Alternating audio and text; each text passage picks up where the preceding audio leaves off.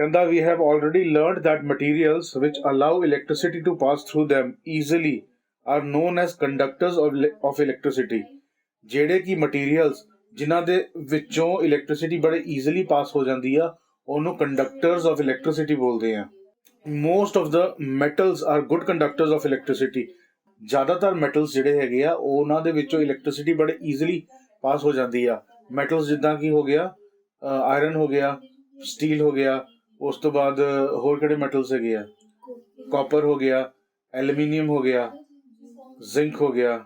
ਸੋ ਇਸ ਤਰ੍ਹਾਂ ਦੇ ਜਿਹੜੇ ਮੋਸਟ ਆਫ ਦ ਮੈਟਲਸ ਹੁੰਦੇ ਆ ਨਾ ਇਹਨਾਂ ਚੋਂ ਬੜੇ ਈਜ਼ੀਲੀ ਪਾਸ ਆਊਟ ਹੋ ਜਾਂਦੀ ਹੈ ਇਲੈਕਟ੍ਰਿਸਿਟੀ।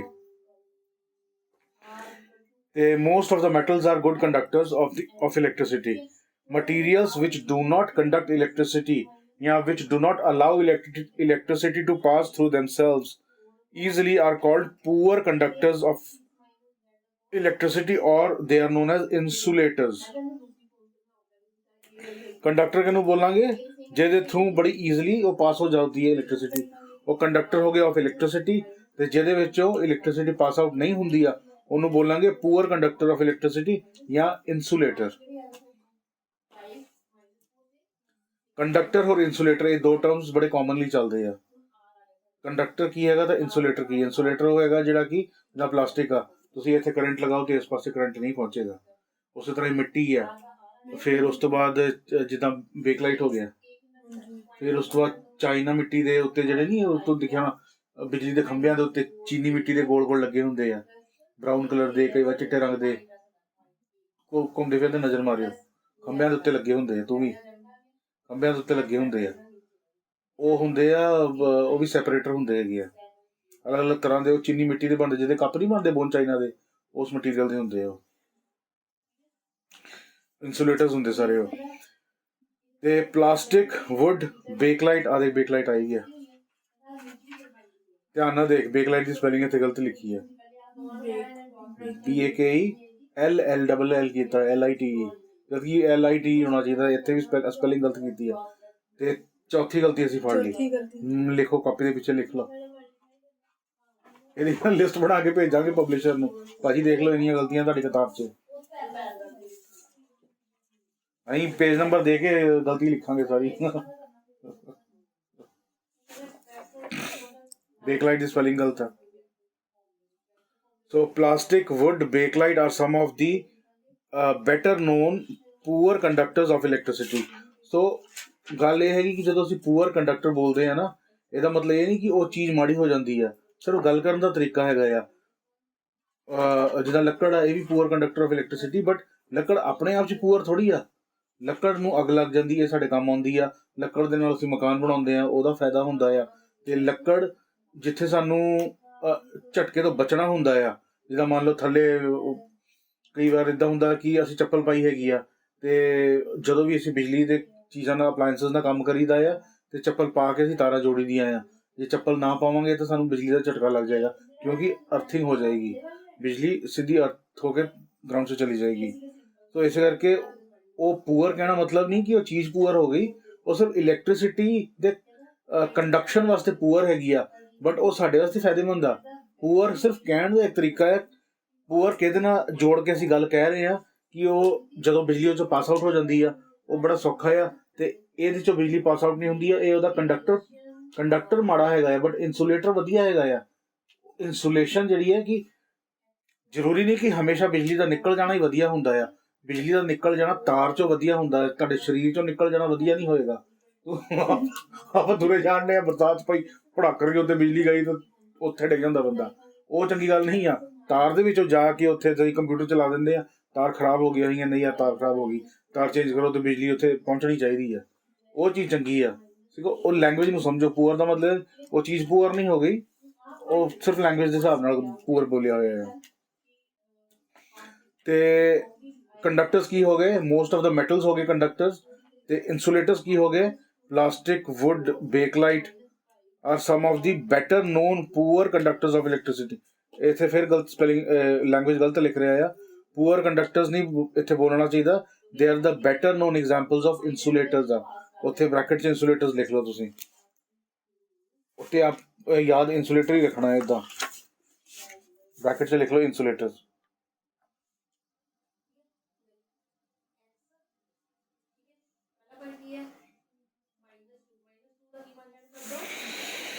ठीक है, कंडक्शन थ्रू लिक्विड। उस तो बाद ਇਹ ਅਸੀਂ इंसुलेटर्स और ਅਸੀਂ कंडक्टर्स ਬਾਰੇ ਗੱਲ ਕੀਤੀ ਆ। ਜਿਹੜਾ ਕੰਡਕਟਰ ਆ ਇਹ ਸੋਲਿਡ ਕੰਡਕਟਰਸ ਆ ਕਿਉਂਕਿ ਮੈਟਲਸ ਆ ਨਾ। ਤੇ ਹੁਣ ਅਸੀਂ ਲਿਕਵਿਡਸ ਤੇ ਗੱਲ ਕਰਾਂਗੇ।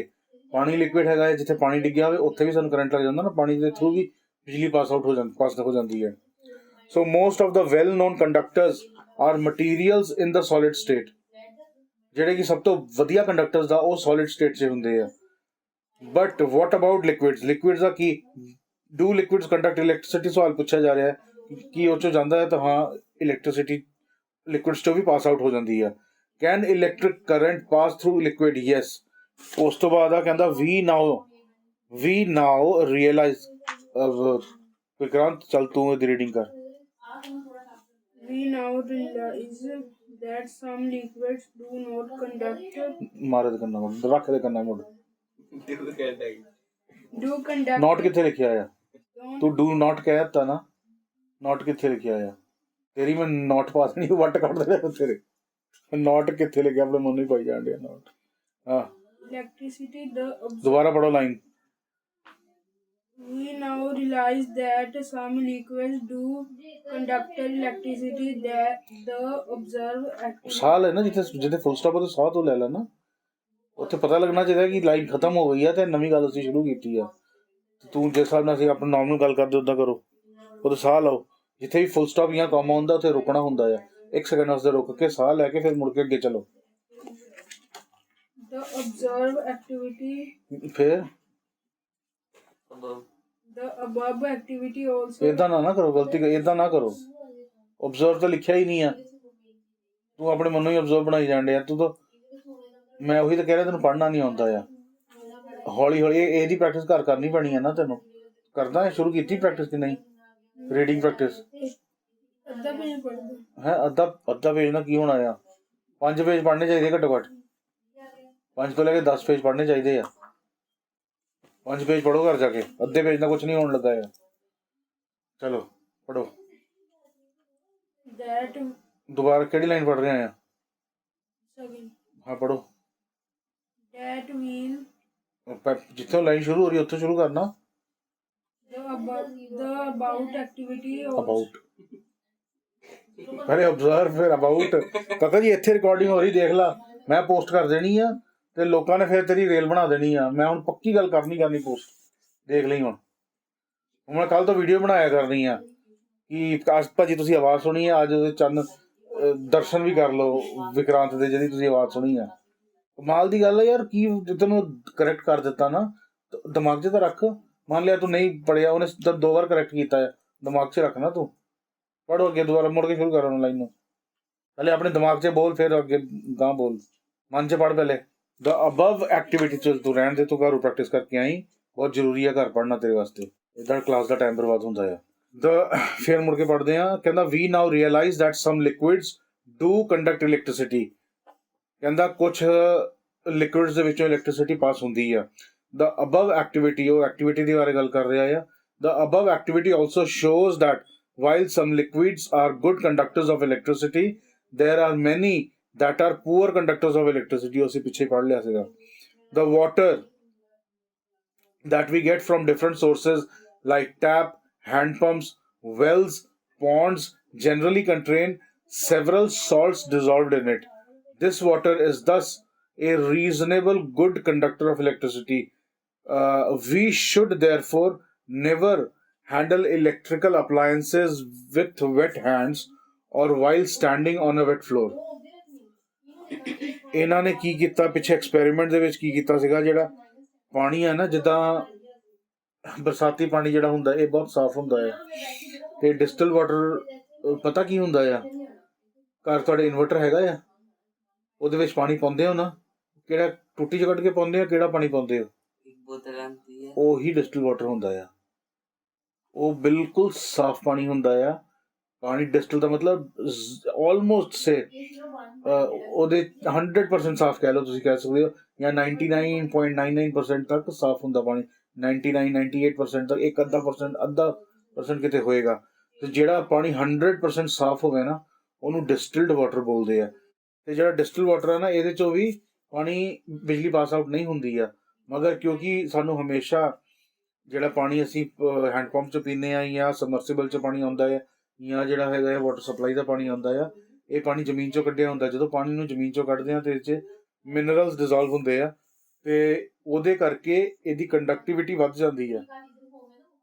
ਮਿਨਰਲਸ ਕਰਕੇ ਇਹਦੇ 'ਚੋਂ ਇਲੈਕਟ੍ਰਿਸਿਟੀ ਪਾਸ ਆਊਟ ਹੋਣ ਲੱਗ ਪੈਂਦੀ ਆ। ਅਦਰਵਾਈਜ਼ ਜਿਹੜਾ ਡਿਸਟਿਲ ਵਾਟਰ ਹੈਗਾ ਆ, ਤੁਸੀਂ ਇਹੀ ਸਮਝੋ ਇਹਨੂੰ ਕਿ ਫਿਰ ਉਸ ਤੋਂ ਬਾਅਦ ਜਿਹੜਾ ਦੂਸਰਾ ਪਾਣੀ ਹੁੰਦਾ ਆ, ਕਹਿੰਦਾ ਜਿਹੜਾ ਟੈਪ ਵਾਟਰ ਹੈ, ਟੂਟੀ ਤੋਂ ਪਾਣੀ ਆਉਂਦਾ ਆ, ਜਿਹੜਾ ਹੈਂਡ ਪੰਪ ਆ, ਤੁਸੀਂ ਪਾਣੀ ਪੁਰਾਣੇ ਨਲਕੇ ਜਿਹੜੇ ਹੱਥ ਨਾਲ ਚਲਾਉਣ ਵਾਲੇ ਆ ਉਹਦਾ ਪਾਣੀ ਹੋ ਗਿਆ, ਖੂਹ ਦਾ ਪਾਣੀ ਹੋ ਗਿਆ, ਪੌਂਡ ਦਾ ਪਾਣੀ ਹੋ ਗਿਆ, ਮਤਲਬ ਕੋਈ ਛੱਪੜ ਹੋ ਗਿਆ ਜਾਂ ਲੇਕ ਹੋ ਗਿਆ, ਲੇਕ ਦਾ ਪਾਣੀ ਹੋ ਗਿਆ। Generally contain several types of salts dissolved in it. ਅਲੱਗ-ਅਲੱਗ ਤਰ੍ਹਾਂ ਦੇ ਸਾਲਟਸ ਹੁੰਦੇ ਆ। ਲੂਣ ਵੀ ਹੋ ਸਕਦਾ ਖਾਣ ਦਾ ਆ, ਮੈਟਲ ਆਇਰਨ ਵੀ ਡਿਜ਼ੋਲਵ ਹੋ ਸਕਦਾ। ਜੇ ਆਇਰਨ ਡਿਜ਼ੋਲਵਡ ਹੈਗਾ ਆ ਤੇ ਲੋਹੇ 'ਚ ਤਾਂ ਬਿਜਲੀ ਜਾਂਦੀ ਆ ਤੇ ਉਸੇ ਤਰ੍ਹਾਂ ਹੀ ਉਹਦਾ ਫਿਰ ਕੰਡਕਟਰ ਬਣ ਗਿਆ ਉਹ। ਉਸੇ ਤਰ੍ਹਾਂ ਹੀ ਅਲੱਗ-ਅਲੱਗ ਮਿਨਰਲ ਸਾਰੇ ਹੁੰਦੇ ਹੀ ਹੁੰਦੇ ਆ। ਮਿਨਰਲਸ ਕੈਲਸ਼ੀਅਮ ਵੀ ਹੁੰਦਾ ਹੈ, ਬਟ ਕੈਲਸ਼ੀਅਮ ਤਾਂ ਉਹਦਾ ਪੂਅਰ ਕੰਡਕਟਰ ਹੈਗਾ ਆ। ਜੋ ਵੀ ਹੈਗਾ ਆ ਉਸ ਤਰ੍ਹਾਂ ਡਿਜ਼ੋਲਵ ਉਹਦੇ 'ਚ ਹੁੰਦੇ ਆ, ਔਰ ਇਸੇ ਕਰਕੇ ਪਾਣੀ ਦੇ ਵਿੱਚੋਂ ਬਿਜਲੀ ਨਿਕਲਦੀ ਆ। ਕਿਉਂਕਿ ਪਾਣੀ ਹਮੇਸ਼ਾ ਡਿਸਟਿਲ ਨਹੀਂ ਹੁੰਦਾ, ਪਾਣੀ ਨੂੰ ਡਿਸਟਿਲ ਕਰਨਾ ਪੈਂਦਾ ਆ। ਨੇਚਰ ਦੇ ਵਿੱਚ ਪਾਣੀ ਜਿਹੜਾ ਹੈਗਾ ਆ, ਪਾਣੀ ਨੂੰ ਬੋਲਦੇ ਆ ਯੂਨੀਵਰਸਲ ਸੋਲਵੈਂਟ। ਪਾਣੀ 'ਚ ਤੁਸੀਂ ਜਿਹੜੀ ਮਰਜ਼ੀ ਚੀਜ਼ ਪਾ ਦਿਓ, ਪਾਣੀ ਆਪਣੇ ਅੰਦਰ ਉਹਨੂੰ ਹੌਲੀ ਹੌਲੀ ਕਰਕੇ ਖੋਰ ਹੀ ਲਏਗਾ। ਹਮੇਸ਼ਾ ਆਪਣੇ ਅੰਦਰ ਹਰ ਚੀਜ਼ ਨੂੰ ਘੋਲ ਲੈਂਦਾ ਪਾਣੀ। ਇਸ ਕਰਕੇ ਪਾਣੀ ਵਰਗੀ ਵਧੀਆ ਚੀਜ਼ ਕੋਈ ਨਹੀਂ ਹੈਗੀ ਹੈ। ਤੇ ਇਸ ਕਰਕੇ ਕਹਿੰਦਾ we should therefore never handle electrical appliances with wet hands। ਗਿੱਲੇ ਹੱਥਾਂ ਦੇ ਨਾਲ ਬਿਜਲੀ ਦੀ ਚੀਜ਼ ਨੂੰ ਨਹੀਂ ਫੜਨਾ ਚਾਹੀਦਾ ਹੈ, ਸਵਿਚ ਔਨ ਆਫ ਨਹੀਂ ਕਰਨਾ ਚਾਹੀਦਾ ਹੈ। ਫਿਰ causes of conductivity of liquids। Let us first try to find out what happens when electric current passes through a liquid। Activity 2 ਕਹਿੰਦਾ take some distilled water in a clean and a dry beaker। ਕਿਸੇ ਕੱਚ ਦੇ ਭਾਂਡੇ ਦੇ ਵਿੱਚ ਤੁਸੀਂ distilled water ਲੈ ਲਓ। Now we know that ਕਹਿੰਦਾ ਪਿਛਲੇ ਐਕਸਪੈਰੀਮੈਂਟ ਤੋਂ ਸਾਨੂੰ ਪਤਾ ਹੈ ਕਿ ਜਿਹੜਾ distilled water ਆ ਉਹਦੇ ਚੋਂ ਇਲੈਕਟ੍ਰਿਸਿਟੀ ਪਾਸ ਨਹੀਂ ਹੁੰਦੀ ਆ। ਕਹਿੰਦਾ now dissolve a small amount of common salt। ਉਸ ਤੋਂ ਬਾਅਦ ਖਾਣ ਵਾਲਾ ਨਮਕ ਜਿਹੜਾ ਹੈਗਾ ਥੋੜਾ ਜਿਹਾ ਉੱਚ ਪਾ ਦਿਓ। in this distilled water ਪਾਣੀ 'ਚ ਪਾ ਕੇ ਘੋਲ ਦਿਓ। What do we observe with the continuity tester now? We conclude that a solution of common salt in water is a good conductor। ਜਿੱਥੇ ਲੂਣ ਉੱਚ ਪਾ ਦਿੰਦੇ ਤਾਂ ਫਿਰ ਉਹ good conductor ਹੋ ਜਾਂਦਾ ਹੈ। Why do salt, acid or caustic soda make the water more conductive to electricity? Common salt ਕਹਿੰਦਾ ਕਿ ਜਦੋਂ ਪਾਣੀ ਦੇ ਵਿੱਚ ਐਸਿਡ ਪਾਓ, ਲੂਣ ਪਾਓ ਤੇ ਕਾਸਟਿਕ ਸੋਡਾ ਪਾਓ, ਇਹਨਾਂ ਚੀਜ਼ਾਂ ਨੂੰ ਪਾਉਣ ਦੇ ਨਾਲ ਪਾਣੀ ਦੇ ਵਿੱਚੋਂ ਇਲੈਕਟ੍ਰਿਸਿਟੀ ਵਗਣ ਲੱਗ ਪੈਂਦੀ ਹੈਗੀ ਆ। ਤੇ ਉਹੀ ਕੁਐਸਚਨ ਪੁੱਛ ਰਿਹਾ ਆ। ਤੇ ਹੁੰਦਾ ਕੀ ਹੈ ਜਦੋਂ ਅਸੀਂ ਕਾਮਨ ਸਾਲਟ ਪਾਣੀ ਦੇ ਵਿੱਚ ਪਾਉਂਦੇ ਆ ਤੇ ਉਹਦੇ ਨਾਲ ਕੀ ਹੁੰਦਾ, it consist of positively charge sodium chloride 'ਚ Na ਹੈਗਾ ਆ ਸੋਡੀਅਮ, ਔਰ Cl ਹੈਗਾ ਕਲੋਰੀਨ। ਸੋ ਜਿਹੜਾ ਸੋਡੀਅਮ ਆਇਨਸ ਹੈਗੇ ਆ ਇਹ ਪੋਜ਼ਿਟਿਵਲੀ ਚਾਰਜਡ ਹੁੰਦੇ ਆ ਤੇ ਕਲੋਰੀਨ ਆਇਨਸ ਆ ਜਿਹੜੇ ਇਹ ਨੈਗੇਟਿਵਲੀ ਚਾਰਜਡ ਹੁੰਦੇ ਆ। ਤੇ ਜਦੋਂ ਵਾਟਰ 'ਚ ਅਸੀਂ ਇਲੈਕਟ੍ਰਿਸਿਟੀ ਅਪਲਾਈ ਕਰਦੇ ਆ, ਜਦੋਂ ਇਹਨੂੰ ਬਿਜਲੀ ਲਗਾਉਂਦੇ ਆ ਪਾਣੀ ਦੇ ਵਿੱਚ, ਨੈਗੇਟਿਵ ਔਰ ਪੋਜ਼ਿਟਿਵ, ਜਿੱਦਾਂ ਆ ਨੈਗੇਟਿਵ ਪਾਈ ਆ ਤੇ ਪੋਜ਼ਿਟਿਵ ਪਾਇਆ, ਇੱਕ ਨੈਗੇਟਿਵ ਔਰ ਇੱਕ ਪੋਜ਼ਿਟਿਵ ਪਾਇਆ ਤੇ ਪਿੱਛੇ ਉਹਨੇ ਬੈਟਰੀ ਲਗਾਈ ਹੈ ਤੇ ਇੱਥੇ ਐਂਪੀਅਰ ਮੀਟਰ ਹੈਗਾ ਆ। The water not only breaks sodium chloride into sodium electrical charged and chlorine ions but also separates these ions। ਤੇ ਬਿਜਲੀ ਦਾ ਝਟਕਾ ਦੇਣ ਦੇ ਨਾਲ ਇਹ ਅਲੱਗ-ਅਲੱਗ ਹੋ ਜਾਂਦੇ ਆ, ਸੋਡੀਅਮ ਆਇਨ ਅਲੱਗ ਹੋ ਜਾਂਦੇ ਆ ਤੇ it is the movement of these ions। ਤਾਂ ਉਹਦੇ ਵਿੱਚ ਜਿਹੜੇ ਉਹ ਆਇਨਸ ਰਿਲੀਜ਼ ਹੁੰਦੇ ਪਾਣੀ ਦੇ ਵਿੱਚ, ਉਹਨਾਂ ਆਇਨਸ ਦੀ ਮੂਵਮੈਂਟ ਕਰਕੇ ਇਲੈਕਟ੍ਰਿਸਿਟੀ ਫਲੋ ਕਰਦੀ ਆ। ਮਤਲਬ ਕਿ ਪਾਣੀ ਦੇ ਵਿੱਚ ਜਿਹੜੀ ਵੀ ਚੀਜ਼ ਹੈਗੀ ਆ, ਆਇਨਸ ਆ ਨਾ, ਆਇਨਸ ਦੀ ਮੌਜੂਦਗੀ ਦੇ ਕਰਕੇ ਪਾਣੀ ਦੇ ਵਿੱਚੋਂ ਇਲੈਕਟ੍ਰਿਸਿਟੀ ਨਿਕਲਦੀ ਆ। ਪਾਣੀ 'ਚ ਇਲੈਕਟ੍ਰਿਸਿਟੀ ਕਿਉਂ ਨਿਕਲਦੀ ਆ? ਕਿਉਂਕਿ ਪਾਣੀ 'ਚ ਮਿਨਰਲਸ ਹੁੰਦੇ ਆ ਤੇ ਪਾਣੀ 'ਚ ਜਦੋਂ ਬਿਜਲੀ ਪਾਸ ਅਸੀਂ ਲਗਾਈਏ ਬਿਜਲੀ ਤੇ ਉਹਦੇ ਵਿੱਚੋਂ ਆਇਨਸ ਰਿਲੀਜ਼ ਹੋਣ ਲੱਗ ਪੈਂਦੇ ਆ। ਜਿਹੜੇ ਵੀ ਮਿਨਰਲਸ ਹੋਣ ਉਹਦੇ ਵਿੱਚੋਂ ਉਸ ਮਿਨਰਲ ਦੇ ਆਇਨਸ ਰਿਲੀਜ਼ ਹੋਣ ਲੱਗ ਪੈਂਦੇ ਆ ਤੇ ਜਿਹੜੇ ਆਇਨਸ ਪਾਣੀ ਦੇ ਵਿੱਚ ਮੌਜੂਦ ਹੁੰਦੇ ਆ ਉਹ ਆਇਨਸ ਹੀ ਬਿਜਲੀ ਨੂੰ ਲੈ ਕੇ ਜਾਂਦੇ ਆ। ਉੱਦਾਂ ਬਿਜਲੀ ਇੱਥੇ ਪਾਸ ਨਹੀਂ ਹੋ ਸਕਦੀ ਹੈ। It is the movement of these ions, ਕਹਿੰਦਾ ਨਾ ਇਹੀ ਆਇਨਸ ਜਿਹੜੇ ਬਣਦੇ ਹੈਗੇ within the solution that makes dilute water conductive to electricity। We thus realize that the flow of electricity in liquid is due to the movement of ions। ਤਾਂ liquids ਦੇ ਵਿੱਚ ਜਿਹੜੀ ਵੀ electricity ਪਾਸ ਹੁੰਦੀ ਆ ਉਹ movement of ions ਕਰਕੇ ਹੁੰਦੀ ਆ।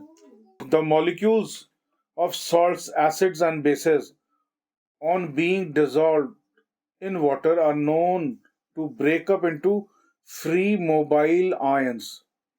These free mobile ions allow the passage of electric current through the solution, making it conductive. वही ਗੱਲ ਜਿਹੜੀ ਆਪਾਂ ਪੜ੍ਹ ਕੇ ਹਟੇ ਹਾਂ. We call such solutions as electrolyte. So ਜਿਹੜੇ solution ਦੇ ਵਿੱਚ electricity ਨਿਕਲ ਜਾਂਦੀ ਆ ਉਸ solution ਨੂੰ electrolyte ਬੋਲਦੇ ਆ. ਠੀਕ ਹੈ. Electrolytes. We say that a compound that conducts electricity in molten or aqueous state and which simultaneously undergoes decomposition when an electric current passes through it is known as an electrolyte. ਹੁਣ electrolyte ਕੀ ਹੈਗਾ ਆ ਉਹਨੇ ਪਹਿਲੇ ਵੀ ਦੱਸਿਆ ਆ, ਹੁਣ ਉਹ detail ਚ ਦੱਸ ਰਿਹਾ ਕਿ electrolyte ਕੀ ਹੁੰਦਾ ਆ. ਕਹਿੰਦਾ ਕੋਈ ਵੀ compound that conducts electricity in molten state or aqueous state, ਜਾਂ ਤਾਂ ਕੋਈ ਵੀ ਕੰਪਾਊਂਡ ਕਹਿ ਰਿਹਾ. ਕੰਪਾਊਂਡ ਦਾ ਮਤਲਬ ਆ ਮੈਟਲ ਤਾਂ ਕੱਲੇ ਕੱਲੇ ਹੋ ਗਏ, ਜਿੱਦਾਂ ਆਇਰਨ ਹੋ ਗਿਆ, ਕਾਪਰ ਹੋ ਗਿਆ, ਜ਼ਿੰਕ ਹੋ ਗਿਆ, ਐਲੂਮੀਨੀਅਮ ਹੋ ਗਿਆ, ਮੈਂਗਨੀਜ਼ ਹੋ ਗਿਆ, ਮੈਗਨੀਸ਼ੀਅਮ ਹੋ ਗਿਆ, ਇਹ ਸਾਰੇ ਮੈਟਲਸ ਆ. ਬਟ ਜਿਹੜਾ ਸਟੀਲ ਆ ਇਹ ਹੈਗਾ ਕੰਪਾਊਂਡ ਆ, ਕਿਉਂਕਿ ਸਟੀਲ ਦੇ ਵਿੱਚ ਆਇਰਨ ਹੋਰ ਜ਼ਿੰਕ ਹੋਰ ਉਸ ਤਰ੍ਹਾਂ ਦੀ ਹੋਰ ਚੀਜ਼ਾਂ ਵੀ ਪਾਈਆਂ ਹੁੰਦੀਆਂ ਆ. ਸੋ ਜਿਹੜੇ ਕੰਪਾਊਂਡਸ ਦੀ, ਹੁਣ ਉਹ ਕੰਪਾਊਂਡਸ ਦੀ ਗੱਲ ਕਰ ਰਿਹਾ, ਜਿੱਦਾਂ ਸਟੀਲ ਹੋ ਗਿਆ, ਹੋਰ ਅਲੱਗ-ਅਲੱਗ ਤਰ੍ਹਾਂ ਦੇ ਹੋਰ ਵੀ ਜਿਹੜੇ ਕੰਪਾਊਂਡਸ ਹੈਗੇ ਆ ਉਹਨਾਂ ਦੇ ਬਾਰੇ ਗੱਲ ਕਰ ਰਿਹਾ ਆ. ਅ compound that conducts electricity in molten state or aqueous state and which simultaneously undergoes decomposition when an electric current is applied through it is an electrolyte. ਇਹ ਉੱਥੇ ਦੱਸਿਆ ਆ ਪਹਿਲੇ ਉਹ ਕੰਪਾਊਂਡ ਬਣ ਗਿਆ ਕਿਉਂਕਿ ਪਾਣੀ ਦੇ ਵਿੱਚ ਉਹਨੇ ਸਾਲਟ ਪਾਇਆ ਜਾਂ ਐਸਿਡ ਪਾਇਆ ਜਾਂ ਕੋਈ ਬੇਸ ਪਾਈ, ਜਾਂ ਤਾਂ ਕੰਪਾਊਂਡ ਲਿਕਵਿਡ ਦੇ ਰੂਪ 'ਚ ਹੋਵੇ. ਜਿੱਦਾਂ ਲੋਹਾ ਵੀ ਹੈ ਨਾ, ਕਈ ਵਾਰ ਦੇਖਿਆ ਨਹੀਂ ਤੁਸੀਂ ਡਾਕੂਮੈਂਟਰੀਜ਼ ਵਗੈਰਾ 'ਚ ਦੇਖਿਆ ਹੋਣਾ, ਜਦੋਂ ਲੋਹੇ ਨੂੰ ਬਿਲਕੁਲ ਗਰਮ ਕਰਦੇ ਤਾਂ ਲੋਹਾ ਬਿਲਕੁਲ ਪਾਣੀ ਵਾਂਗ ਹੋ ਜਾਂਦਾ ਹੈ. ਦੇਖਿਆ ਕਿ ਨਹੀਂ? ਜਦੋਂ ਰੇਤ ਦੇ ਕਣ ਆਪਸ 'ਚ ਜੁੜਦੇ ਤਾਂ ਵੱਡੇ ਪੱਥਰ ਬਣਦੇ ਆ, ਤੇ ਵੱਡੇ ਪੱਥਰ ਜਦੋਂ ਹੋਰ ਆਪਸ 'ਚ ਜੁੜਦੇ ਆ ਤੇ ਪਹਾੜ ਬਣਦੇ ਹੈਗੇ ਆ. ਠੀਕ ਹੈ ਨਾ? ਤੇ ਜਿੱਦਾਂ ਰੇਤ ਦਾ ਕਣ ਹੈਗਾ ਆ, ਓਨਾ ਛੋਟਾ ਐਟਮ ਮੰਨ ਲਓ, ਜਦੋਂ ਐਟਮਸ ਆਪਸ 'ਚ ਜੁੜਦੇ ਹੈਗੇ ਆ ਤੇ ਮੋਲੀਕਿਊਲਸ ਬਣਦੇ ਆ ਵੱਡੇ. ਠੀਕ ਹੈ? ਤੇ ਮੋਲੀਕਿਊਲਸ ਦੇ ਜੇ ਮੋਲੀਕਿਊਲਸ ਚਾਰਜਡ ਹੋਣ, ਇਹਨਾਂ ਦੇ ਵਿੱਚ ਵੀ ਬਿਜਲੀ ਦਾ ਚਾਰਜ ਹੁੰਦਾ ਆ. ਹੁਣ ਮੇਰੇ ਹੋਰ ਸਾਡੇ ਇਨਸਾਨਾਂ ਦੇ ਵਿੱਚ ਵੀ ਸਾਡੇ ਬੋਡੀ ਦੇ ਅੰਦਰ ਬਿਜਲੀ ਹੁੰਦੀ ਹੈ. ਟੀਵੀਆਂ 'ਚ ਨਹੀਂ ਦੇਖਿਆ ਪੁਰਾਣੇ ਫਿਲਮਾਂ ਵਿੱਚ ਬੰਦੇ ਨੂੰ ਪਾ ਕੇ ਬਿਜਲੀ ਦਾ ਝਟਕਾ ਦੇ ਰਹੇ ਹੁੰਦੇ ਆ.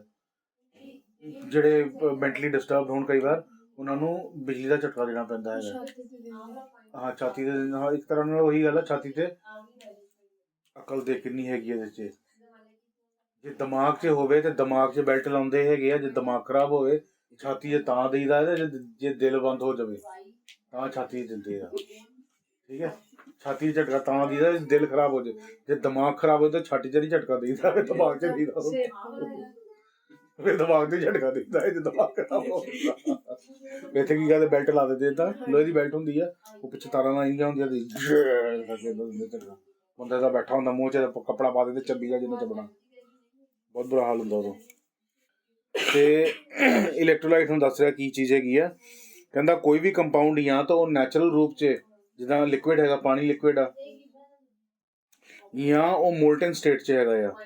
ਜਿੱਦਾਂ ਸਟੀਲ ਹੋ ਗਿਆ, ਸਟੀਲ 'ਚ ਪਿਘਲਿਆ, ਇਸ ਤਰ੍ਹਾਂ ਸਟੀਲ ਜੇ ਪਿਘਲਿਆ ਹੋਵੇ ਤੇ ਉਹਦੇ ਥਰੂ ਇਲੈਕਟ੍ਰਿਸਿਟੀ ਪਾਸ ਤਾਂ ਹੀ ਹੋਏਗੀ ਜੇ ਉਹਦੇ ਵਿੱਚ ਆਇਨਸ ਅਵੇਲੇਬਲ ਹੋਣ. ਤਾਂ ਜਿਹੜੇ ਕੰਪਾਊਂਡ ਹੁੰਦੇ ਆ, ਕੰਪਾਊਂਡ ਹਮੇਸ਼ਾ ਉਹਦੇ ਬੇਸਿਕ ਕੰਪੋਨੈਂਟਸ 'ਚ ਟੁੱਟ ਕੇ ਆਇਨਸ ਪੈਦਾ ਕਰੇਗਾ. ਉਹ ਆਇਨਸ ਦੇ ਕਰਕੇ ਬਿਜਲੀ ਦਾ ਚਾਰਜ ਉੱਥੋਂ ਜਾਏਗਾ. ਬਿਜਲੀ ਇਲੈਕਟ੍ਰਿਸਿਟੀ ਆਇਨਸ ਦੇ ਥਰੂ ਫਲੋ ਹੁੰਦੀ ਆ. ਮਤਲਬ ਜਿੱਦਾਂ ਆਇਨਸ ਦਾ ਮਤਲਬ ਹੈ ਕਿ ਛੋਟੇ ਛੋਟੇ ਪਾਰਟੀਕਲਸ ਮੰਨ ਲਓ, ਪਾਰਟੀਕਲ ਮਤਲਬ ਕਣ ਮੰਨ ਲਓ, ਜਿੱਦਾਂ ਛੋਟੇ ਛੋਟੇ ਕਣ ਹੈਗੇ ਆ ਨਾ, ਜਿੱਦਾਂ ਪਾਣੀ ਤਾਂ ਉਹ ਹੋ ਗਿਆ ਲਿਕੁਇਡ ਹੋ ਗਿਆ, ਉਹਦੇ ਛੋਟੇ ਛੋਟੇ ਕਣ ਆ, ਉਹਨਾਂ ਜਿੱਦਾਂ ਅਸੀਂ ਲੀਨੀਅਰ ਅਰੇਂਜਮੈਂਟ ਪੜ੍ਹੀ ਸੀ ਨਾ, ਉਸੇ ਤਰ੍ਹਾਂ ਹੀ ਮੰਨ ਲਾ ਕਿ ਉਹਨਾਂ ਦੀ ਆਪਸ 'ਚ ਲੀਨੀਅਰ ਅਰੇਂਜਮੈਂਟ ਬਣ ਗਈ ਆ, ਉਹਦੇ ਵਿੱਚ ਇੱਕ ਤਰ੍ਹਾਂ ਨਾਲ ਤਾਰ ਵਾਂਗ ਜੁੜ ਗਈ ਆ, ਉੱਥੋਂ ਇਲੈਕਟ੍ਰਿਸਿਟੀ ਪਾਸ ਆਊਟ ਹੋ ਗਈ.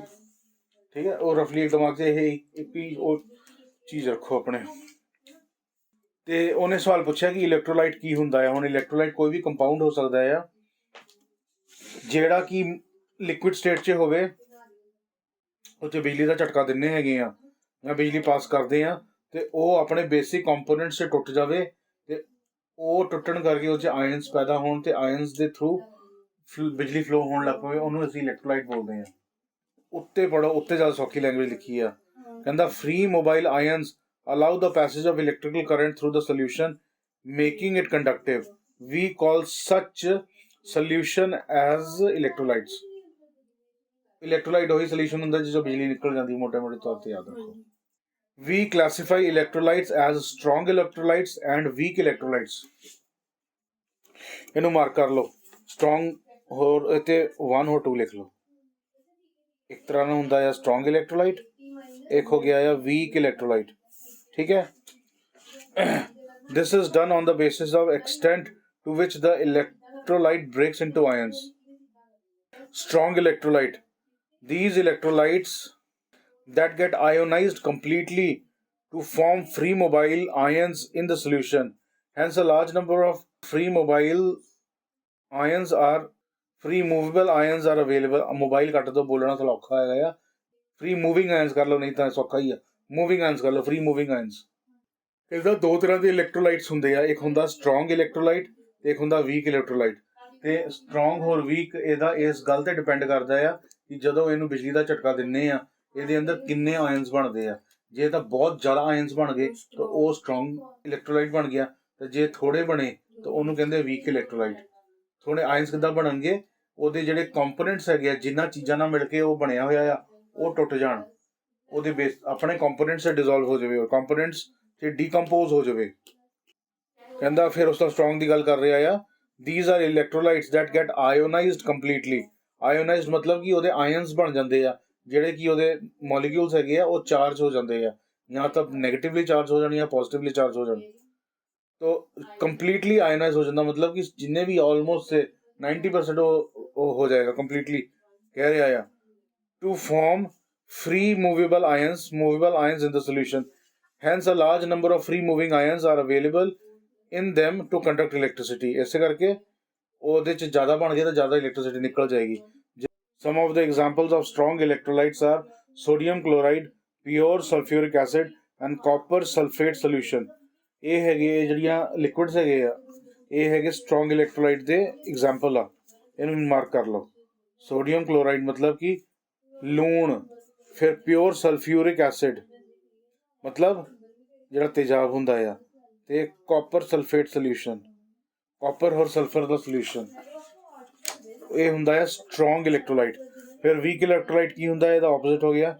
These are the electrolytes that get ionized only partially only ਕੱਟ ਦੋ ਇੱਥੋਂ, that get ionized partially to form some free ions, to form some ਲਿਖ ਲਓ ਇੱਥੇ,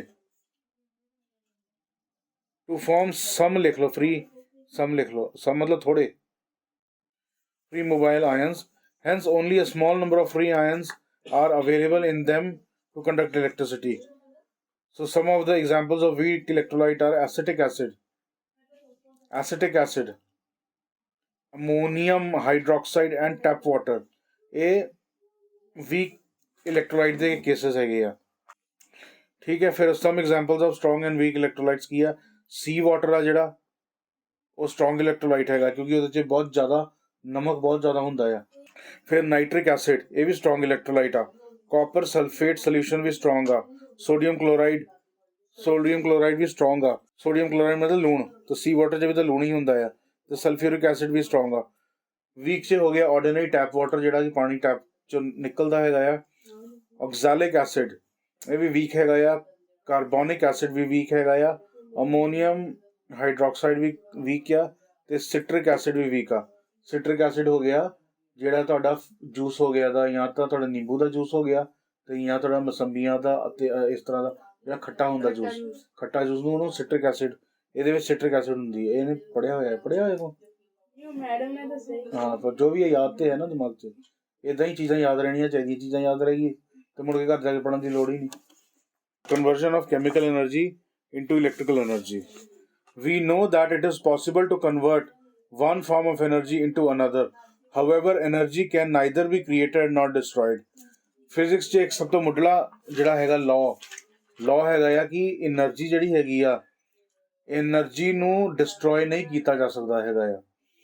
ਜਿੱਦਾਂ ਕਿ ਅਸੀਂ ਇੱਦਾਂ ਮੈਂ ਆ ਮਾਰਿਆ ਨਾ, ਮੈਂ ਤਾਕਤ ਲਗਾਈ, ਤਾਕਤ ਹੋ ਗਈ એનર્ਜੀ. ਜਿਹੜੀ ਤਾਕਤ ਲਗਾਈ ਉਹ ਫੋਰਸ ਹੋ ਗਈ. ਉਹਦੇ 'ਚੋਂ ਜਿਹੜੀ ਚੀਜ਼ ਨਿਕਲੀ ਆ, ਕੀ ਚੀਜ਼ ਹੁਣ ਹੋਈ ਆ, ਜਦੋਂ ਮੈਂ ਮਾਰਿਆ, ਜਦੋਂ ਹੱਥ ਨਾਲ ਟਕਰਾਇਆ ਉਹਦੇ ਚੋਂ ਥੋੜੀ ਜੀ ਹੀਟ ਵੀ ਪ੍ਰੋਡਿਊਸ ਹੋਈ ਤੇ ਉਹਦੇ ਚੋਂ ਸਾਊਂਡ ਵੀ ਪ੍ਰੋਡਿਊਸ ਹੋਈ। ਠੀਕ ਹੈ, ਤੇ ਇਹਦੇ ਚੋਂ ਦੋ ਚੀਜ਼ਾਂ ਕੀ, ਤੇ ਜਿਹੜੀ ਮੈਂ એનર્ਜੀ ਅਪਲਾਈ ਕੀਤੀ, ਜਿਹੜੀ ਮੈਂ એનર્ਜੀ ਲਗਾਈ, ਉਹ એનર્ਜੀ ਖਰਾਬ ਨਹੀਂ ਹੋਈ। ਉਹ એનર્ਜੀ ਖਰਾਬ ਨਹੀਂ ਹੋਈ, ਉਹ એનર્ਜੀ ਉਹਦਾ ਫਾਰਮ ਚੇਂਜ ਹੋ ਗਿਆ ਹੀਟ એનર્ਜੀ 'ਚ ਤੇ ਪਲੱਸ ਸਾਊਂਡ એનર્ਜੀ 'ਚ। ਹੀਟ ਔਰ ਸਾਊਂਡ ਪ੍ਰੋਡਿਊਸ ਹੋਈ ਇਹ 'ਚ। ਠੀਕ ਹੈ ਨਾ, ਜਿੱਦਾਂ ਅਸੀਂ ਇਦਾਂ ਰਬ ਵੀ ਕਰਦੇ ਹਾਂ ਤੇ ਇਹ 'ਚ ਸਾਊਂਡ એનર્ਜੀ ਪ੍ਰੋਡਿਊਸ ਹੋ ਰਹੀ ਆ ਤੇ ਨਾਲ ਹੀਟ એનર્ਜੀ ਪ੍ਰੋਡਿਊਸ ਹੋ ਰਹੀ ਆ। ਠੀਕ ਹੈ, ਤੇ ਆ ਇਸ ਵੇਲੇ ਚੀਜ਼ ਜਿੱਦਾਂ ਆ ਪਈ ਹੈਗੀ ਇੱਥੇ, ਇਹ ਹੈਗੀ ਆ ਕਾਈਨੈਟ, ਇਹ ਹੈਗੀ ਪੋਟੈਂਸ਼ੀਅਲ એનર્ਜੀ। ਇਹਦੇ 'ਚ ਪੋਟੈਂਸ਼ੀਅਲ એનર્ਜੀ, ਤੁਹਾਨੂੰ ਇਹ ਸਭ ਚੀਜ਼ਾਂ ਪੜ੍ਹਾਈਆਂ ਹੀ ਨਹੀਂ ਹੈਗੀਆਂ।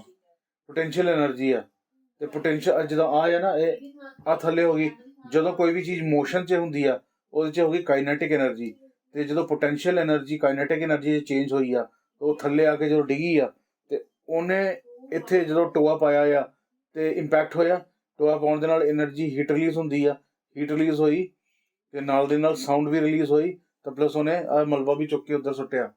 ਤੇ ਉਹ ਜਿਹੜੀ એનર્ਜੀ, ਜਿਹੜੀ ਪੋਟੈਂਸ਼ੀਅਲ એનર્ਜੀ ਸੀ, ਉਹ ਕਾਈਨੈਟਿਕ એનર્ਜੀ 'ਚ ਚੇਂਜ ਹੋ ਗਈ। ਕਾਈਨੈਟਿਕ એનર્ਜੀ ਤੋਂ ਹੀਟ એનર્ਜੀ ਚੇਂਜ ਹੋਈ, ਹੀਟ એનર્ਜੀ ਪਲੱਸ ਨਾਲ ਸਾਊਂਡ એનર્ਜੀ 'ਚ ਚੇਂਜ ਹੋ ਗਈ। ਤੋ એનર્ਜੀ ਜਿਹੜੀ ਅਪਲਾਈਡ એનર્ਜੀ ਹੁੰਦੀ ਆ, ਉਹਨੂੰ ਡਿਸਟਰੋਏ ਨਹੀਂ ਕਰ ਸਕਦੇ। ਜਿਹੜਾ ਬੇਸਿਕ એનર્ਜੀ ਆ ਨਾ, ਇਸ ਮਤਲਬ ਜਦੋਂ ਕਿ ਸਾਇੰਟਿਸਟ ਅੱਗੇ ਜਾ ਕੇ ਜਦੋਂ ਰਿਸਰਚ ਕੀਤੀ ਉਹਨਾਂ ਨੇ, ਤੇ ਜੋ ਵੀ ਉਹਨਾਂ ਨੇ ਦੇਖਿਆ ਕਿ ਸਾਡੇ ਬ੍ਰਹਿਮੰਡ ਦੇ ਅੰਦਰ ਕਿੰਨੀ એનર્ਜੀ ਆ, ਉਹਦੇ ਹਿਸਾਬ ਨਾਲ ਜਦੋਂ ਕੈਲਕੂਲੇਟ ਕੀਤਾ ਤੇ ਉਹਨਾਂ ਨੇ ਇਹੀ ਗੱਲ ਲੱਭੀ ਆ ਕਿ એનર્ਜੀ ਨੂੰ ਤੁਸੀਂ ਡਿਸਟਰੋਏ ਨਹੀਂ ਕਰ ਸਕਦੇ ਇੱਕ ਫਾਰਮ, ਕਿਉਂਕਿ ਉਹ ਕੈਲਕੂਲੇਸ਼ਨ ਦੇ ਹਿਸਾਬ ਨਾਲ ਇਹੀ ਹੈ ਕਿ ਜੋ ਮਰਜ਼ੀ ਕਰ ਲਓ, ਬ੍ਰਹਿਮੰਡ ਦੇ ਅੰਦਰ એનર્ਜੀ ਲੈਵਲ ਉੱਥੇ ਹੀ ਆ।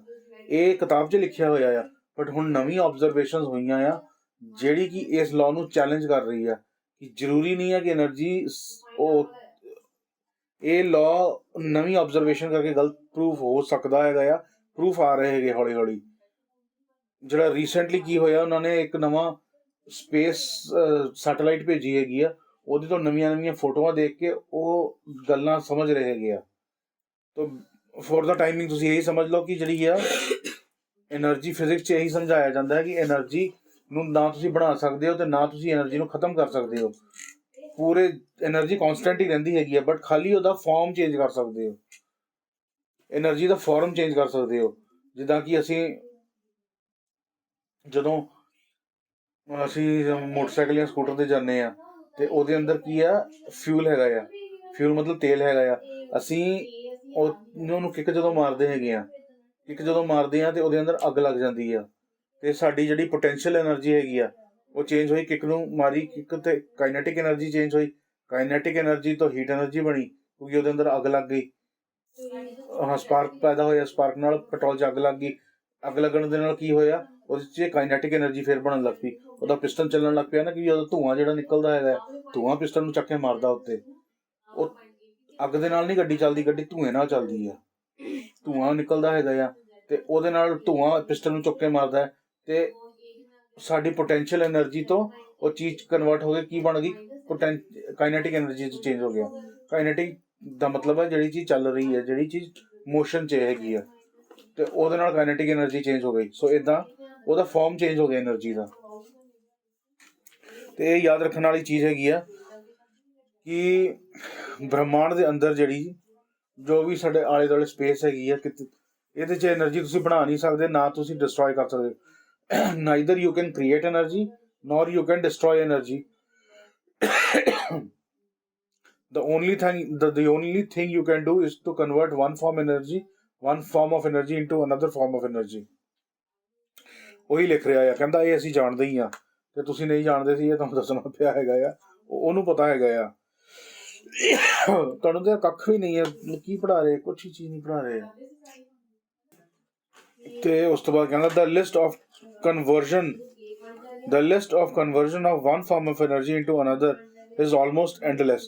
ਕਿ ਅਸੀਂ ਕਿਹੜੀ એનર્ਜੀ ਨੂੰ ਕਿਹਦੇ 'ਚ ਚੇਂਜ ਕਰ ਸਕਦੇ, ਇਹਦੀ ਜਿਹੜੀ ਲਿਸਟ ਆਪਾਂ ਤਿਆਰ ਕਰ ਸਕਦੇ ਆ ਉਹ ਐਂਡਲੈਸ ਹੈਗੀ। ਕਿਸੇ ਵੀ ਫਾਰਮ ਆਫ એનર્ਜੀ ਨੂੰ ਕਿਸੇ ਵੀ ਫਾਰਮ 'ਚ ਅਸੀਂ ਚੇਂਜ ਕਰ ਸਕਦੇ ਹਾਂ।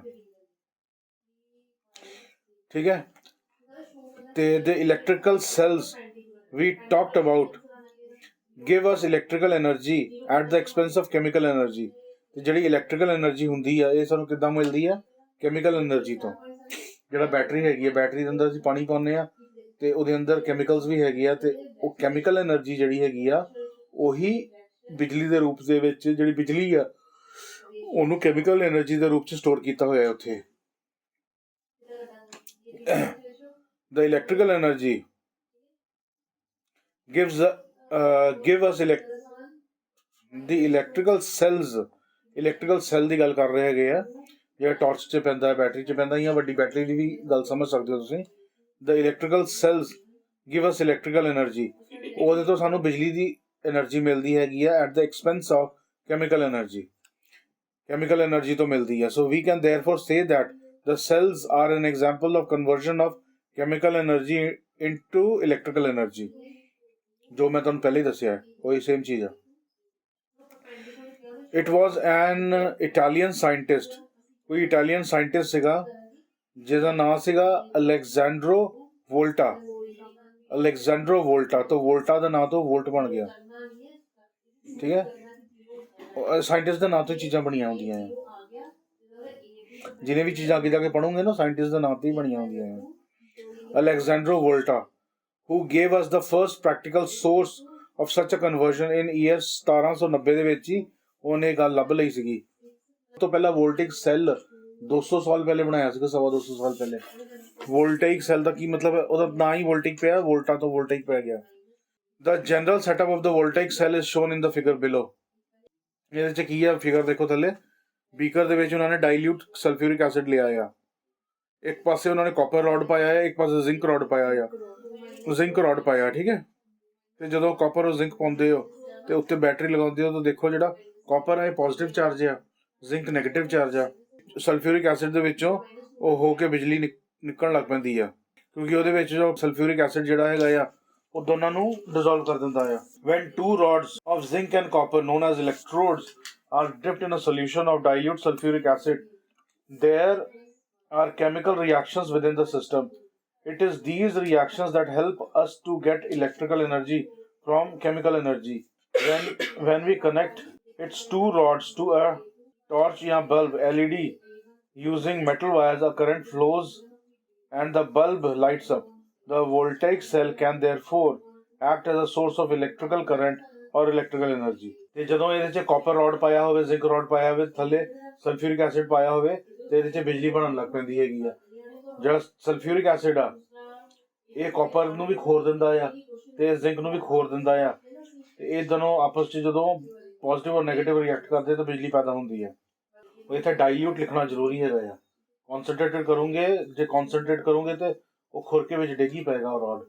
ਕੌਨਸਨਟ੍ਰੇਟ ਚੀਜ਼ ਹੈਗੀ ਆ ਜਿਹੜੀ ਉਹ ਡਾਈਲਿਊਟ ਮਤਲਬ ਕਿ ਪਾਣੀ ਪਾਇਆ ਹੁੰਦਾ ਵਿੱਚ, ਉੱਚ ਪਾਣੀ ਪਾ ਕੇ ਉਹਨੂੰ ਡਾਈਲਿਊਟ ਕੀਤਾ ਹੁੰਦਾ ਹੈ। ਜਦੋਂ ਇੱਕ ਬੀਕਰ ਦੇ ਵਿੱਚ ਡਾਈਲਿਊਟ ਸਲਫਿਊਰਿਕ ਐਸਿਡ ਪਾਇਆ ਹੋਵੇ, ਇੱਕ ਪਾਸੇ ਤੁਸੀਂ ਜ਼ਿੰਕ ਰੋਡ ਪਾਓ, ਇੱਕ ਪਾਸੇ ਕਾਪਰ ਰੋਡ ਪਾਓ ਤੇ ਬਿਜਲੀ ਪੈਦਾ ਹੋਣ ਲੱਗ ਪੈਂਦੀ। ਉਹਨੇ ਉਹੀ ਗੱਲ ਕਹੀ ਹੈ।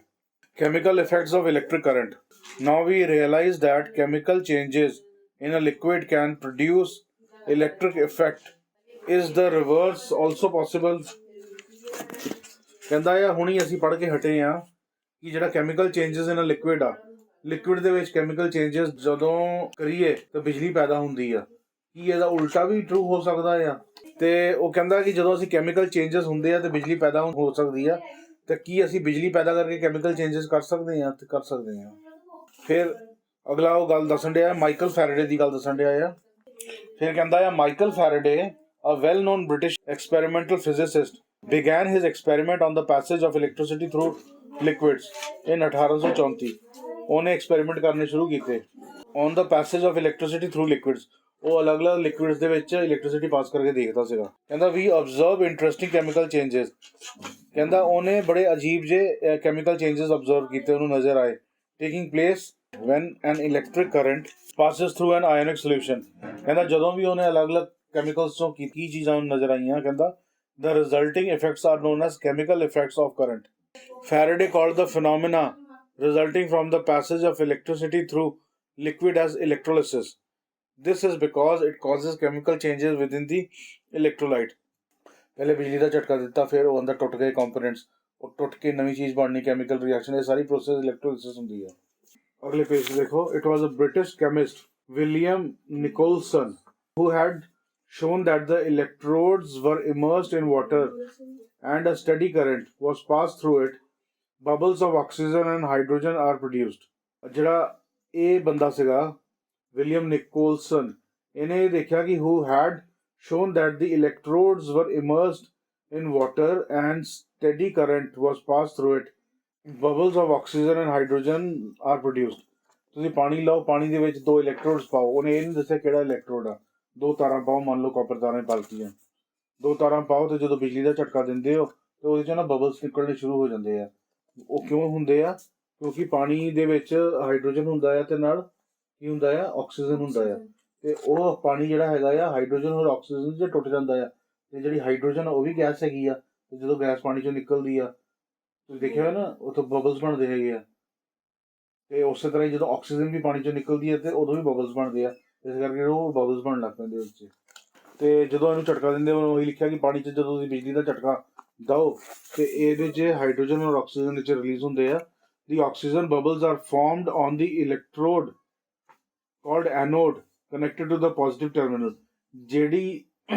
ਜਿਹੜੀ ਤਾਰ ਪੋਜ਼ਿਟਿਵ ਵਾਲੇ ਸਾਈਡ ਤੇ ਲਗਾਈ ਆ ਉੱਥੋਂ ਆਕਸੀਜਨ ਰਿਲੀਜ਼ ਹੁੰਦਾ ਆ, ਤੇ ਜਿਹੜੀ ਨੈਗੇਟਿਵ ਵਾਲੇ ਸਾਈਡ ਤੇ ਰਿਲੀਜ਼ ਤਾਰ ਲਾਈ ਹੁੰਦੀ ਆ ਉਹਨੂੰ ਕੈਥੋਡ ਬੋਲਦੇ ਆ, ਜਿਹੜੀ ਪੋਜ਼ਿਟਿਵ ਲਾਈ ਆ ਉਹਨੂੰ ਐਨੋਡ ਬੋਲਦੇ ਆ। ਜਿਹੜੀ ਪੋਜ਼ਿਟਿਵ ਸਾਈਡ ਉੱਥੇ ਲਿਖਿਆ ਵੀ ਹੋਇਆ, ਜਿਹੜੀ ਪੋਜ਼ਿਟਿਵ ਤਾਰ ਹੈਗੀ ਉਹਨੂੰ ਐਨੋਡ ਬੋਲਦੇ ਆ ਤੇ ਦੂਸਰੀ ਨੂੰ ਕੈਥੋਡ ਬੋਲਦੇ ਆ, ਠੀਕ ਹੈ। ਤੇ ਐਨੋਡ ਦਾ ਪੋਜ਼ਿਟਿਵ ਆ, ਪੋਜ਼ਿਟਿਵ ਵਾਲੇ ਸਾਈਡ ਤੇ ਆਕਸੀਜਨ ਨਿਕਲਦਾ ਆ ਤੇ ਦੂਸਰੇ ਵਾਲੇ ਸਾਈਡ ਤੇ ਹਾਈਡਰੋਜਨ ਬਬਲ ਆਊਟ ਹੁੰਦਾ ਆ। Are formed on the other electrodes connected to the negative terminal of the battery. We thus conclude that the passage of an electric current through an ionic solution can cause chemical changes. तो ਜਦੋਂ ਵੀ ਕੋਈ ionic solution ਹੁੰਦਾ ਆ, ਜਦੋਂ ਵੀ ਅਸੀਂ ਬਿਜਲੀ ਦਾ ਝਟਕਾ ਦਿੰਦੇ ਆ ਤੇ ਉਹ ਜਿਹੜਾ ਸੋਲੂਸ਼ਨ ਆ ਉਹ ਆਇਓਨਿਕ ਬਣ ਜਾਂਦਾ ਆ, ਉਹ 'ਚ ਨੈਗੇਟਿਵ ਔਰ ਪੋਜ਼ਿਟਿਵ ਆਇਨਸ ਪੈਦਾ ਹੋ ਜਾਂਦੇ ਆ। ਆਇਨ ਦਾ ਮਤਲਬ ਹੈਗਾ ਆ ਮੋਲੀਕਿਊਲਸ ਦੇ ਵਿੱਚ ਜਦੋਂ ਇਲੈਕਟ੍ਰੋਨਸ, ਮੋਲੀਕਿਊਲਸ ਦੇ ਉੱਤੇ ਇਲੈਕਟ੍ਰੋਨਸ ਹੁੰਦੇ ਆ ਜਿਹਦੇ ਨਾਲ ਕਿ ਉਹ ਚਾਰਜ ਹੁੰਦਾ ਆ, ਜਦੋਂ ਇਲੈਕਟ੍ਰੋਨ ਉਹ 'ਚੋਂ ਖੋਹ ਲਿਆ ਜਾਵੇ ਜਾਂ ਉਹ 'ਚ ਐਡ ਅਪ ਕਰ ਦਿੱਤਾ ਜਾਵੇ ਤੇ ਉਹ ਆਇਨ ਬਣ ਜਾਂਦਾ ਹੈਗਾ ਆ। ਤੇ ਜਾਂ ਤਾਂ ਜੇ ਉਹਨੂੰ ਲੈ ਲਿਆ ਤਾਂ ਨੈਗੇਟਿਵ ਆਇਨ ਬਣ ਗਿਆ, ਜੇ ਉਹ 'ਚ ਐਡ ਕਰਤਾ ਤਾਂ ਪੋਜ਼ਿਟਿਵ ਆਇਨ ਬਣ ਗਿਆ। The chemical reaction taking place in the solution depends upon nature of the electrode and the nature and concentration of the solution. ਜਿਹੜਾ chemical reaction ਹੈਗਾ ਆ, ਜਿਹੜਾ ਇਲੈਕਟ੍ਰੋਡ ਦੇ ਵਿੱਚ ਪੈਦਾ ਹੋਏਗਾ ਉਹ ਕਿਹਦੇ ਉੱਪਰ ਡਿਪੈਂਡ ਕਰਦਾ ਹੈ? ਨੇਚਰ ਆਫ ਇਲੈਕਟ੍ਰੋਡ ਦੇ ਉੱਪਰ ਡਿਪੈਂਡ ਕਰਦਾ ਹੈ ਕਿ ਇਲੈਕਟ੍ਰੋਡ ਕਿਹੜੇ ਮਟੀਰੀਅਲ ਦੇ ਬਣੇ ਆ, ਜਾਂ ਇੱਕ ਇਲੈਕਟ੍ਰੋਡ ਅਲੱਗ ਆ ਜਾਂ ਦੂਸਰਾ ਅਲੱਗ ਹੈਗਾ ਆ, ਦੋਨੇ ਸੇਮ ਹੈਗੇ ਆ, ਜਾਂ nature and concentration of the solution, ਜਾਂ ਸੋਲੂਸ਼ਨ ਦਾ ਨੇਚਰ ਕੀ ਹੈਗਾ ਆ, ਜਾਂ ਉਹ ਕੰਪਾਊਂਡ ਹੈ ਜਾਂ ਤਾਂ ਖਾਲੀ ਪਾਣੀ ਹੈਗਾ, ਪਾਣੀ ਵੀ ਕੰਪਾਊਂਡ ਆ, ਜਾਂ ਕੋਈ ਐਸਿਡ ਆ ਜਾਂ ਕੋਈ ਬੇਸ ਪਾਈ ਹੋਈ ਆ, ਜਾਂ ਐਸਿਡ ਔਰ ਬੇਸ ਜਾਂ ਅਲੱਗ-ਅਲੱਗ ਐਸਿਡਸ ਦਾ ਕੋਈ ਕੰਪਾਊਂਡ ਹੈਗਾ ਆ, ਜਾਂ ਤਾਂ ਡਾਇਲਿਊਟ ਹੈ ਜਾਂ ਕਨਸੈਂਟਰੇਟਡ ਹੈਗਾ। ਇਹਦੇ ਉੱਪਰ ਡਿਪੈਂਡ ਕਰੇਗਾ ਕਿ ਉਹ ਕੈਮੀਕਲ ਰਿਐਕਸ਼ਨ ਕਿੱਦਾਂ ਦਾ ਹੋਏਗਾ। Some of the prominent effects of chemical reactions taking place at electrodes and within the solution are: metals may get deposited on the electrode surface. ਤੇ ਜਦੋਂ ਕਿ ਇਹਦੇ ਵਿੱਚ ਕੈਮੀਕਲ ਚੇਂਜਸ ਆਉਂਦੇ ਆ ਤੇ ਉਦੋਂ ਇਹਨਾਂ ਇਲੈਕਟ੍ਰੋਡਸ ਦੇ ਉੱਤੇ ਮੈਟਲਸ ਜੰਮ ਜਾਂਦੇ ਹੈਗੇ ਆ, ਗੈਸ਼ੀਅਸ ਬਬਲ ਬਣਦੇ ਹੈਗੇ ਆ, may get formed near the electrodes. Electrodes ਦੇ ਲਾਗੇ ਬਬਲਸ ਬਣ ਲੱਗ ਪੈਂਦੇ ਹੈਗੇ ਆ। ਜਦੋਂ ਅਸੀਂ ਬਿਜਲੀ ਦਾ ਝਟਕਾ ਦਿੰਦੇ ਹਾਂ ਤਾਂ ਦੋ ਤਿੰਨ ਚੀਜ਼ਾਂ ਸਾਨੂੰ ਨਜ਼ਰ ਆਉਂਦੀਆਂ। ਪਹਿਲੇ ਤਾਂ ਜਾਂ ਤਾਂ ਬਬਲਸ ਬਣਦੇ ਹੈਗੇ ਆ, ਦੂਸਰਾ ਹੈਗਾ ਆ ਇਲੈਕਟ੍ਰੋਡਸ ਜਿਹੜੇ ਹੈਗੇ ਇਹਦੇ ਆਲੇ ਦੁਆਲੇ ਜਿਹੜਾ ਚੀਜ਼ ਡਿਕੰਪੋਜ਼ ਹੋਈ ਉਹਦੇ ਆਲੇ ਦੁਆਲੇ ਇਕੱਠੀ ਹੋਣ ਲੱਗ ਪੈਂਦੀ ਹੈ, ਠੀਕ ਹੈ। ਉਹ ਤੀਸਰੀ ਚੀਜ਼ ਹੈਗੀ ਆ ਜਿਹੜੇ ਸੋਲਿਊਸ਼ਨ ਦੇ ਵਿੱਚ ਬਿਜਲੀ ਦਾ ਝਟਕਾ ਦੇ ਰਹੇ ਉਸ ਸੋਲਿਊਸ਼ਨ ਦਾ ਕਲਰ ਵੀ ਚੇਂਜ ਹੁੰਦਾ ਹੈ।